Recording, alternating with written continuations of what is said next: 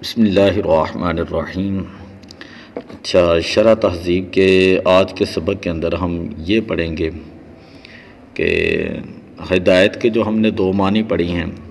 پہلا معنی یہ تھا کہ ہدایت کا پہلا معنی یہ ہوتا ہے کہ ایصال الی المطلوب، مطلوب تک پہنچانا، اور دوسرا معنی آپ نے ہدایت کا یہ پڑھا تھا اراۃ الطریق الموصل الی المطلوب، کہ ایسا راستہ دکھانا جو انسان کو مطلوب تک پہنچا دے۔ یہ جو دو معنی پڑھے ہیں آج کے سبق کے اندر، ہم یہ پڑھیں گے کہ ان دو معنی کے اوپر اعتراض ہو رہا ہے۔ کہتے ہیں کہ آپ کا ہدایت کے دو معنی بیان کرنا درست نہیں، اس لیے کہ پہلا معنی جو آپ نے بیان کیا ہے ہدایت کا کہ ایصال الی المطلوب، منزل مقصود تک پہنچانا، یہ معنی قرآن پاک کی اس آیہ مبارکہ کے اندر جب وہ فٹ نہیں آ رہا۔ وَأَمَّا ثَمُودُ فَهَدَيْنَاهُمْ فَاسْتَحَبُّوا الْعَمَىٰ عَلَى الْهُدَىٰ، قرآن مجید والفرقان حمید کے اندر اللہ تبارک و تعالیٰ نے ارشاد فرمایا کہ رہا قوم سمود، ہم نے ان کو ہدایت دی تو فَاسْتَحَبُّوا الْعَمَىٰ عَلَى الْهُدَىٰ، تو ہدایت حاصل کرنے کے بعد وہ لوگ جو ہیں وہ گمراہ ہو گئے۔ تو کہتے ہیں کہ دیکھیں، اگر تو اللہ تعالیٰ نے ان کو ہدایت دی تھی ایصال الی المطلوب، یعنی مطلوب تک پہنچا دیا تھا، مقصود تک پہنچا دیا تھا، تو پھر وہ گمراہ کیسے ہوئے؟ سمجھ آئیے، پھر وہ گمراہ کیسے ہوئے؟ تو پتہ یہ چلا کہ قوم سمود جو ہے، حالانکہ قوم سمود جو ہے وہ تو نبی پاک اپنے نبی کے اوپر جو ہے وہ نبی صالح علیہ السلام کے اوپر ایمان ہی نہیں لائے تھے۔ سمجھ آئیے نا، ہدایت کا پہلا معنی ہم نے یہ کل پڑھا تھا ایصال الی المطلوب، تو کہتے ہیں وہ معنی اس آیہ مبارکہ کے اندر فٹ نہیں آ رہا۔ قرآن پاک میں اللہ تعالیٰ نے فرمایا وَأَمَّا ثَمُودُ، رہا قوم سمود، ہم نے ان کو ہدایت دی، ہم نے ان کو ہدایت دی فَاسْتَحَبُّوا الْعَمَىٰ عَلَى الْهُدَىٰ، پھر انہوں نے ہدایت کے بعد جو ہے گمراہی کو اختیار کیا۔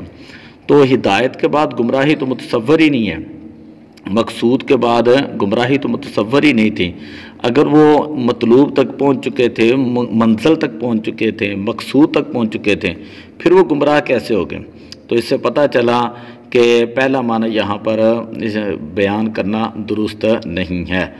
دوسرا معنی جو ہے وہ ہم نے یہ بیان کیا تھا کہ اراۃ الطریق الموصل الی المطلوب، یعنی ایسا راستہ دکھانا جو انسان کو مطلوب تک پہنچا دے۔ تو کہتے ہیں یہ معنی قرآن پاک کی یہ جو آیہ مبارکہ انک لا تہدی من احببت، یہاں پر ثابت نہیں آتا، یہاں پر ثابت نہیں آتا، کیونکہ اس آیہ مبارکہ کا معنی یہ ہے کہ اے پیارے حبیب صلی اللہ علیہ وسلم لا تہدی من احببت، بے شک آپ نہیں ہدایت دیتے جس کو آپ پسند فرماتے ہیں، جس کو آپ چاہتے ہیں۔ تو حالانکہ جو اللہ کے نبی ہوتے ہیں، اللہ کے نبی ہوتے ہیں، ان کا منصب ہی یہی ہوتا ہے کہ وہ اللہ کے نبی جو ہے اللہ کا پیغام پہنچانے کے لیے آتے ہیں، اور اللہ کے نبی راستہ دکھانے کے لیے ہی آتے ہیں۔ تو اس آیہ مبارکہ کے اندر انک لا تہدی من احببت، اللہ تعالیٰ نے فرمایا کہ پیارے حبیب صلی اللہ علیہ وسلم آپ ہدایت نہیں دے سکتے جس کو آپ چاہیں۔ تو اس کا مطلب یہ ہے کہ یہاں پر دوسرا معنی بیان کرنا درست نہیں ہے۔ بات سمجھ آ گئی؟ یہاں دوسرا معنی بیان کرنا درست نہیں ہے۔ پھر خود ہی شارح عبداللہ یزدی وہ بیان کر رہے ہیں والذی یفہم من کلام المصنف فی حاشیۃ الکشاف، وہ چیز جو مصنف کے کلام سے سمجھ آ رہی ہے کشاف کے حاشیے میں، وہ یہ ہے کہ ہدایت جو ہے وہ لفظ مشترک ہے دو معنی کے درمیان، ایک اس کا معنی ہوتا ہے حقیقی اور دوسرا اس کا معنی ہوتا ہے مجازی۔ حاشیے کے اندر اگرچہ اس کے اندر چار احتمالات لکھے ہوئے ہیں، لیکن آپ یہ سمجھ لیں کہ ہدایت کا ایک معنی ہے کہ ایصال الی المطلوب، ہدایت کا ایک معنی کیا ہے؟ ایصال الی المطلوب، اور دوسرا ہدایت کا معنی ہے اراۃ الطریق الموصل الی المطلوب، کہ راستہ دکھانا۔ تو جو پہلی آیہ مبارکہ ہے وَأَمَّا ثَمُودُ فَهَدَيْنَاهُمْ فَاسْتَحَبُّوا الْعَمَىٰ عَلَى الْهُدَىٰ، کہ رہا قوم سمود کہ ہم نے ان کو ہدایت دی، پھر ہدایت کے بعد انہوں نے گمراہی اختیار کی۔ یہاں پر ہدایت کا معنی ہے اراۃ الطریق، یہاں پر ہدایت کا معنی کیا ہے؟ اراۃ الطریق، یعنی ہدایت کا دوسرا معنی یہاں پہ مراد ہے، پہلا معنی مراد نہیں ہے۔ اور یہ ممکن ہے کہ راستہ دکھایا جائے، ہم نے کل کے سبق کے اندر بھی پڑھا تھا کہ یہ ممکن ہے کہ جس کو آپ راستہ دکھاتے ہیں تو وہ راستہ تک پہنچنا بھی ہو سکتا ہے وہ ناممکن ہو اس کے لیے، چاہے جائے کہ وہ منزل مقصود تک پہنچ جائے۔ تو اللہ تعالیٰ نے فرمایا وَأَمَّا ثَمُودُ فَهَدَيْنَاهُمْ فَاسْتَحَبُّوا الْعَمَى، کہ رہا قوم سمود کے ہم نے ان کو راستہ دکھایا تھا، تو راستہ دکھانے کے بعد انہوں نے گمراہی کو اختیار کیا، اپنے نبی صالح علیہ الصلوۃ والسلام کا انہوں نے انکار کر دیا۔ سمجھ آ گئی؟ تو لہذا پتہ چلا وَأَمَّا ثَمُودُ فَهَدَيْنَاهُمْ میں دوسرا معنی جو ہے وہ یہاں پر بیان کیا جائے گا، پہلا معنی بیان نہیں کیا جائے گا تاکہ کسی قسم کا اعتراض لازم نہ آئے۔ اور دوسری آیت مبارکہ اِنَّكَ لَا تَهْدِي مَنْ أَحْبَبْتَ، یہاں پر آپ نے یہ کہا تھا کہ اللہ تعالیٰ نے اپنے پیارے نبی صلی اللہ علیہ وسلم کو کہا کہ آپ ہدایت نہیں دے سکتے جس کو آپ پسند کریں یا جس کو آپ چاہیں۔ تو یہاں پر حالانکہ نبی کا منصب ہی راستہ دکھانا ہوتا ہے، تو یہاں پر اِنَّكَ لَا تَهْدِي، یہاں پر معنی سے مراد ہدایت سے مراد پہلا معنی مراد ہے، پہلا معنی مراد ہے کہ پیارے حبیب صلی اللہ علیہ وسلم یہ آپ منزل مقصود تک پہنچانا یہ اللہ تعالیٰ کے دست قدرت کے اندر ہے۔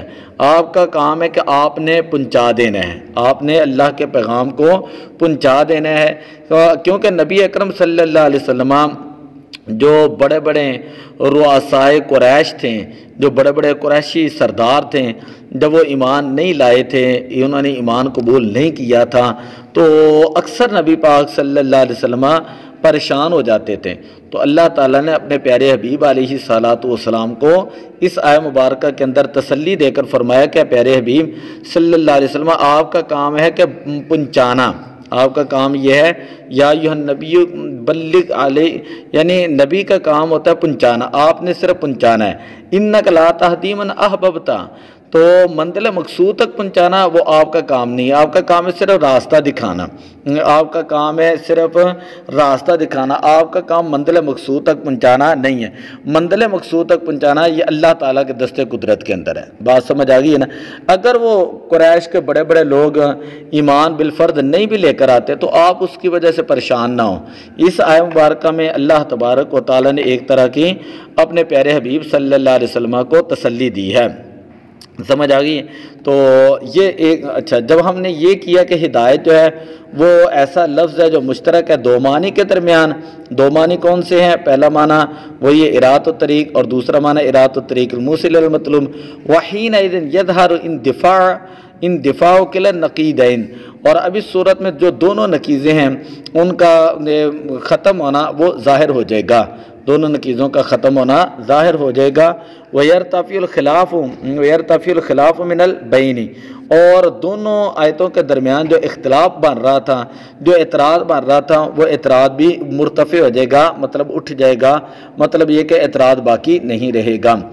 آگے ایک فائدے کے طور پر چیز بتا رہے ہیں، وَمَحْصُولُ کلام المصنف فی تلک الحاشیہ، اس حاشیے میں مصنف کے کلام کا ما حاصل یہ ہے کہ ان الہدایت تتعدی الی المفعول الثانی تارۃ بنفسہ، ہدایت جو ہے نا وہ کبھی مفعول ثانی کی طرف متعدی ہوتا ہے بنفسہ ہی، جیسے اہدنا الصراط المستقیم، ہمیں ہدایت عطا فرما سیدھے راستے کی۔ اب الصراط مفعول اول ہے اور المستقیم مفعول ثانی ہے، اور یہ ہدایت جو ہے دونوں مفعولوں کی طرف متعدی ہو رہا ہے، لیکن یہ جو ہے یہاں پر متعدی ہو رہا ہے بنفسہ ہی، بنفسی ہی یعنی بغیر کسی واسطے کے جو ہے وہ متعدی ہو رہا ہے۔ اور کبھی کبھی لفظ ہدایت جو ہے وہ متعدی ہوتا ہے مفعول ثانی کی طرف الہ کے واسطے کے ساتھ، جیسے واللہ یہدی من یشاء الی صراط مستقیم، اللہ تعالیٰ ہدایت دیتا ہے جسے چاہتا ہے سیدھے راستے کی طرف، اللہ تعالیٰ ہدایت دیتا ہے جسے چاہتا ہے سیدھے راستے کی طرف۔ تو یہاں پر آپ دیکھیں کہ لفظ ہدایت ہے الہ کے ساتھ متعدی ہے، الہ کے ساتھ ہے، اور آگے ہے وطارت باللام، اور کبھی کبھی لفظ ہدایت جو ہے وہ متعدی ہوتا ہے مفعول ثانی کی طرف لفظ لام کے ساتھ، جیسے ان ھذا القرآن یہدی للتی ہی اقوم، ان ھذا القرآن، بے شک یہ قرآن ہدایت دیتا ہے للاتی اس کو کہ ہی اقوم جو زیادہ مضبوط ہے، ٹھیک ہے، تو جو زیادہ سیدھا ہے، بے شک۔ تو یہاں پر ہدایت جو ہے وہ لام کے ساتھ متعدی ہے، لام کے ساتھ متعدی ہے۔ فمعناها علی الاستعمال الاول، تو کہتے ہیں کہ اگر ہدایت جو ہے نا وہ متعدی ہو مفعول ثانی کی طرف